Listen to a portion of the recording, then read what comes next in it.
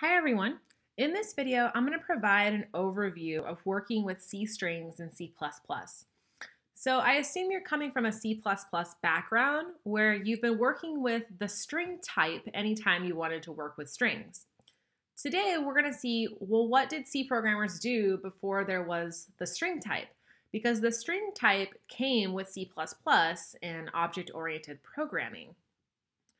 All right, so today's video is going to require some knowledge of pointers and arrays. So I've pasted in here two comments related to pointers and array. The first is the definition I like to give for a pointer: a variable that stores as its contents the memory address of another variable. And then we know that an array stores the memory address of the first element of the array. So an array is really a pointer. Okay, so this is going to be important when talking about C strings. Let's start with some notes about generally what is a string. Okay, so what is a string? So I like to give this definition: a string is a sequence of characters or a sequence of chars. Let's see if I can spell a little better there. Okay, sequence of characters. So let's just use the example winter.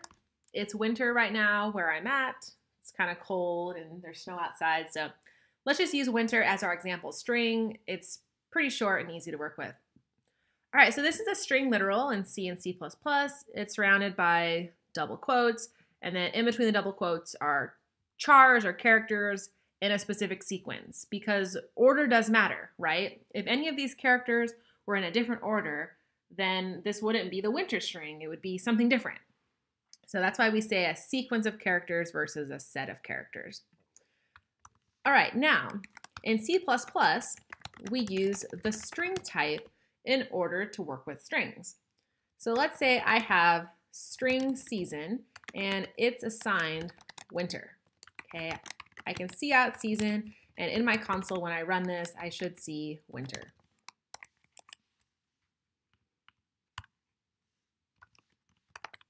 All right, there's winter. All right, so with object-oriented programming came the string type in C++, but before there was the string type, okay, we have what we now call C strings. So in C, we use C strings. Okay, that's what we call them now that we have the string type. And so a C string is a null terminated sequence of characters. Okay, and by sequence of characters, what do I mean? I mean a null terminated char array. Okay, so char array, hopefully you've worked with char arrays before, just an array where every element is of type char. But what's this null terminated part?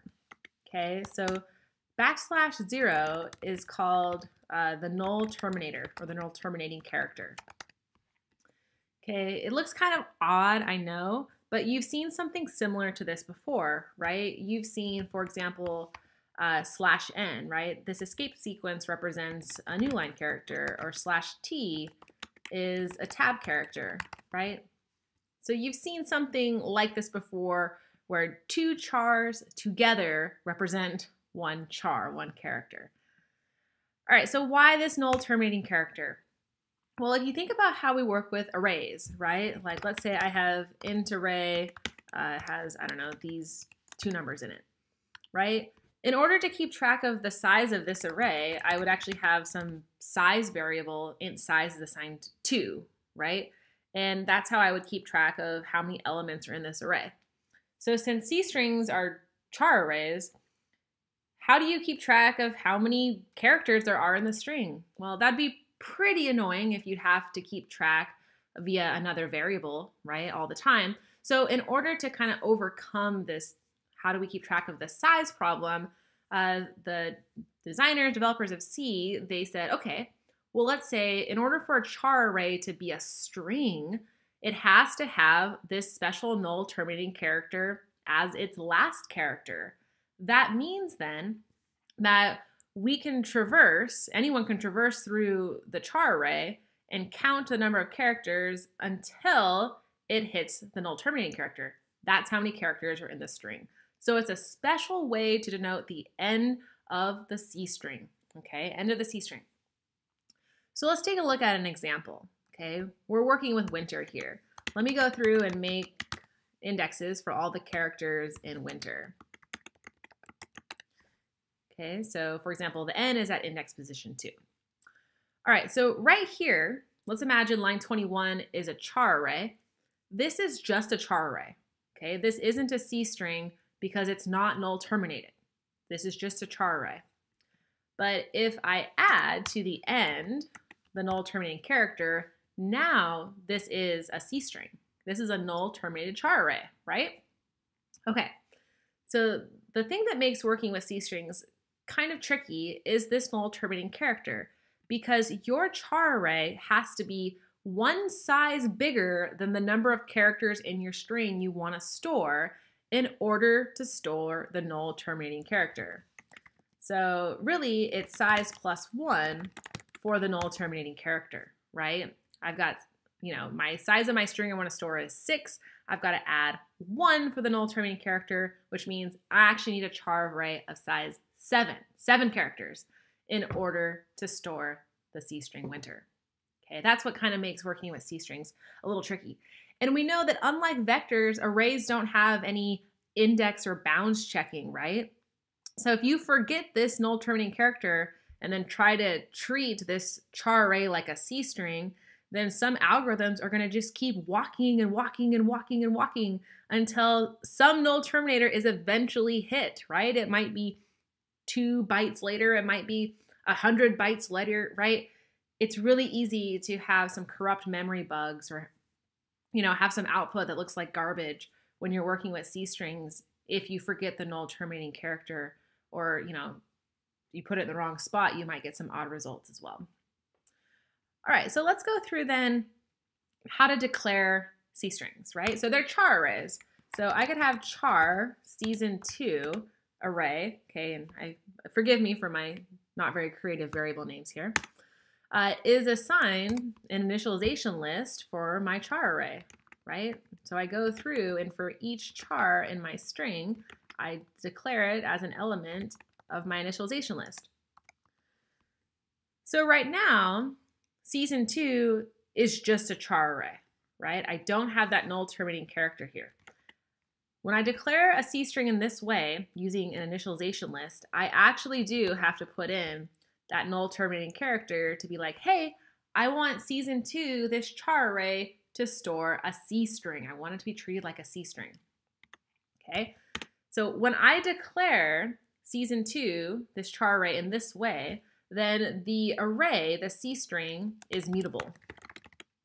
Okay, so mutable means can be changed. Okay, so let me see out season 2, and I'll show you what I mean. Okay, there's my second winter right there. If I want, I could do season 2 at 0 is now assigned, say, capital W. I'll print out season 2 again, and we'll see that we were actually able to change that char array and update it to store capital winter right there. All right. Now, something kind of big, just happened, and we may not even have realized it. We just printed out an array, and we actually saw the contents of that array. Okay, let's try to remember what happens if we try to print out, say, an array of integers. So say I have nums, num stores, I don't know, these 3 numbers, and I go and I see out nums. Do you remember what's going to be shown?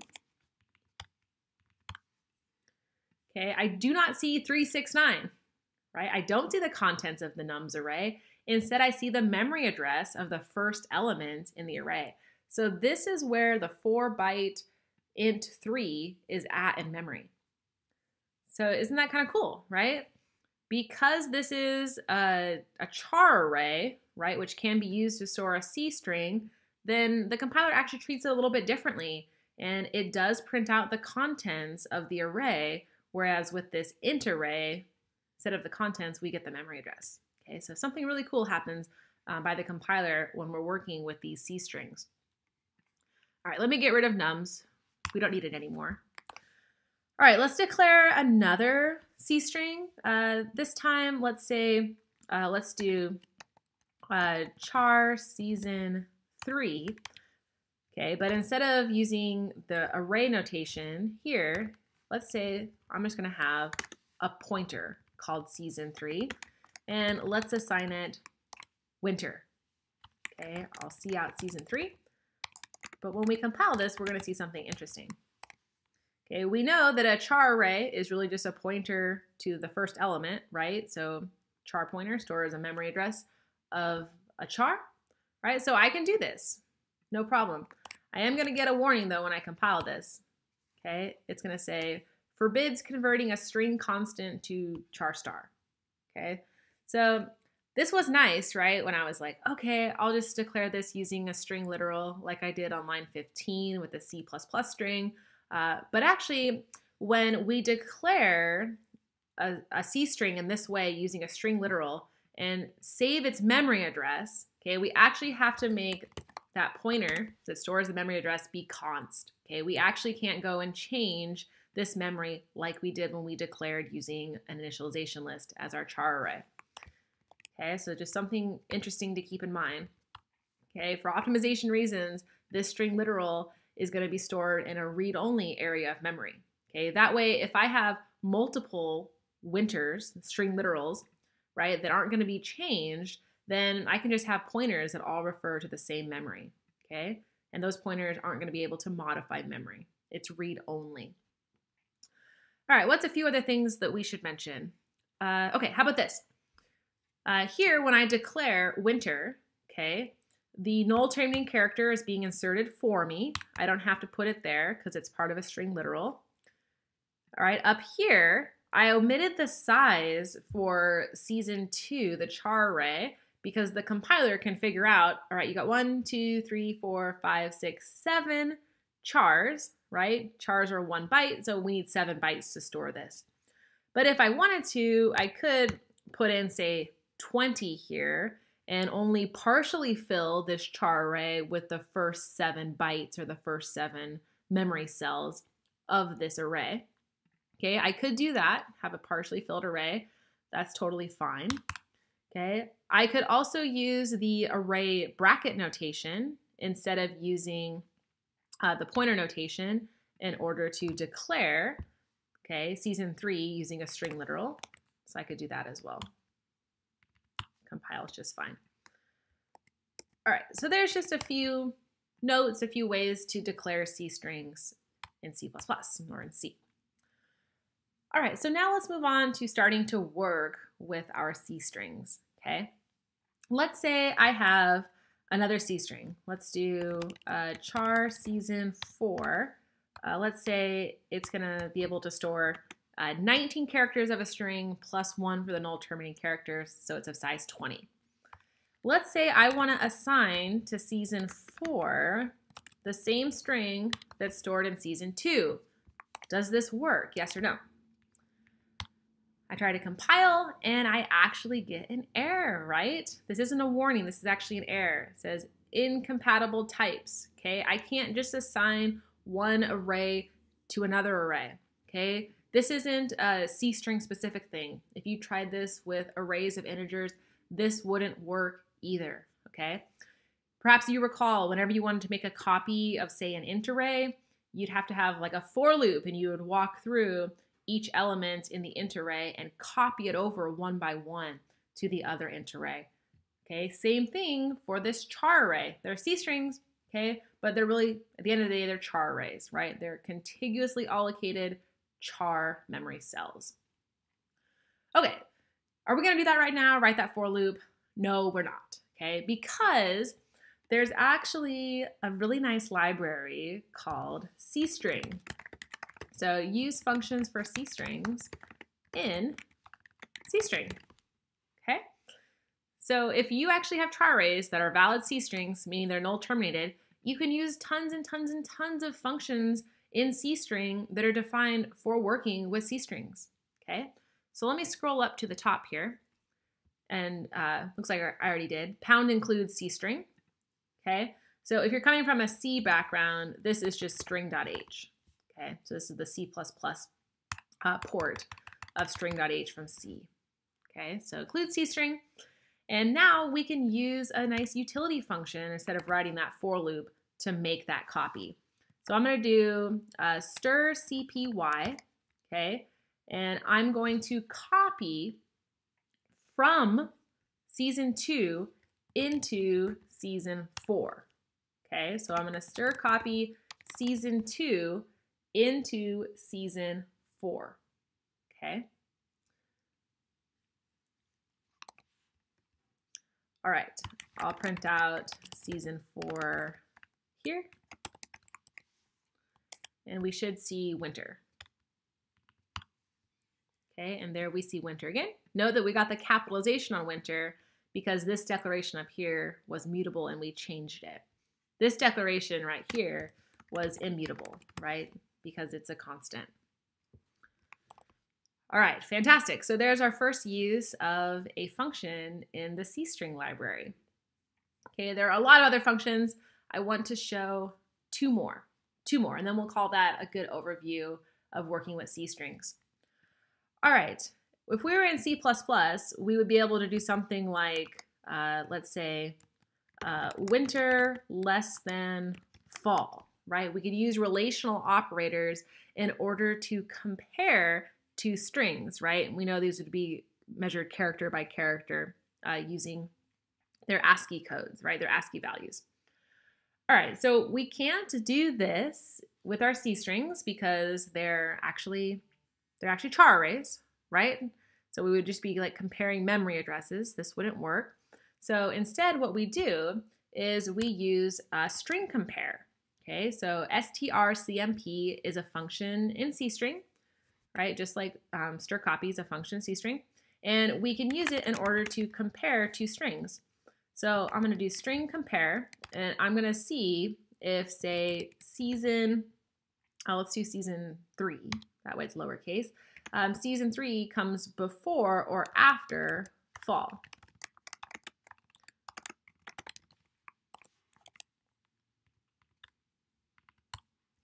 Okay, so I get 17. Because 17 is positive, okay, that means that season 3 comes after this second operand, fall, right? So winter comes after fall. Okay, if you get a negative number, then it does mean that the first operand, right, or the first argument comes before the second one. All right, so that's kind of fun. Maybe I should type that up really quick. Let's say less than 0 means arg1 is before arg2, and then greater than 0, which is the case we have here, means arg2 is before arg1, and then if you get equal to 0, then arg1 is the same as arg2 character by character. Okay, the last demo I have here for you is kind of back way up here when we first talked about the null terminating character. Remember I said, okay, if you had an array of integers, you'd have to keep track of the number of integers via another integer variable, right? Not an array, but just a normal integer variable called size or something like that. But the null terminating character means that we don't have to do that anymore, right? We could write a for loop that would walk through each character in a char array until it hits the null terminating character, and that's how it could figure out, you know, how many characters there are in the C string, what's the valid indexes, etc. So we could write that for loop, but I'm here to tell you that just like stir copy and stir compare, there's actually a stir length function in Cstring that you can use in order to figure out how many characters are in a C string. So let's print out stir len, and let's pass in, it doesn't matter, season 2, 3, or 4. Let's just do season 2. Okay, that's that one with the capital W, but still the same number of characters.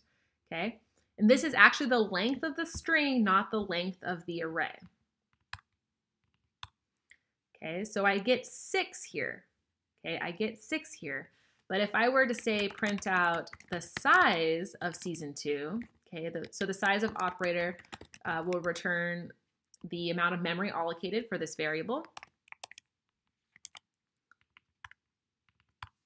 I get 7. Okay, so let me just emphasize the difference between these two results. So strlen is going to return the number of characters before the null terminating character. Okay, that's the actual number of characters in the string. Okay, so these ones right here, that's 6. But size of is going to return the number of bytes allocated for this array, which is 7. Okay, the size of a char is 1, so we've got 6 chars, so that's 6 bytes plus 1 right there for the null terminating character. So that's why size of returns 7, but strlen returns 6. All right, there is a lot of functions inside of Cstring that you can and should take a look at if you're going to work with them on a regular basis. If you're coming from a C++ background, you might be like, well, why do I need to learn about C-strings? I'm never going to use them. Okay, well, a few reasons. One is if you ever work with pure C, you're not going to have the string type, so it's expansion of your knowledge that you might use someday. Secondly, is if you want to work with command line arguments in C or C++, okay, that would be like passing values into your function, okay, or into your program. You can have parameters up here in main. It's really cool. In order to do that, use command line arguments, you have an array of C strings. Okay, you have an array of char pointers. So that's one good reason right there to learn about pointers, learn about arrays, and learn about C strings, because command line arguments are very popular, right? In fact, every time I run G++, for example, G++ is a program, I'm passing in the argument, which is the name of my my C++ file that I want to compile. So if I use command line arguments with my program, then I could, press space and I could type something like arg1, arg2, or say the name of an input file to process numbers.txt, etc. Each one of these strings that are separated by spaces will be stored as a C string. Okay, it will be stored as a C string. So that's one really good reason to take some time and learn about C strings, is so you can start to work with command line arguments in C++. All right, that's the end of my overview. It was kind of long, but C strings can be tricky to work with. Just remember that null terminating character, and you should be good to go.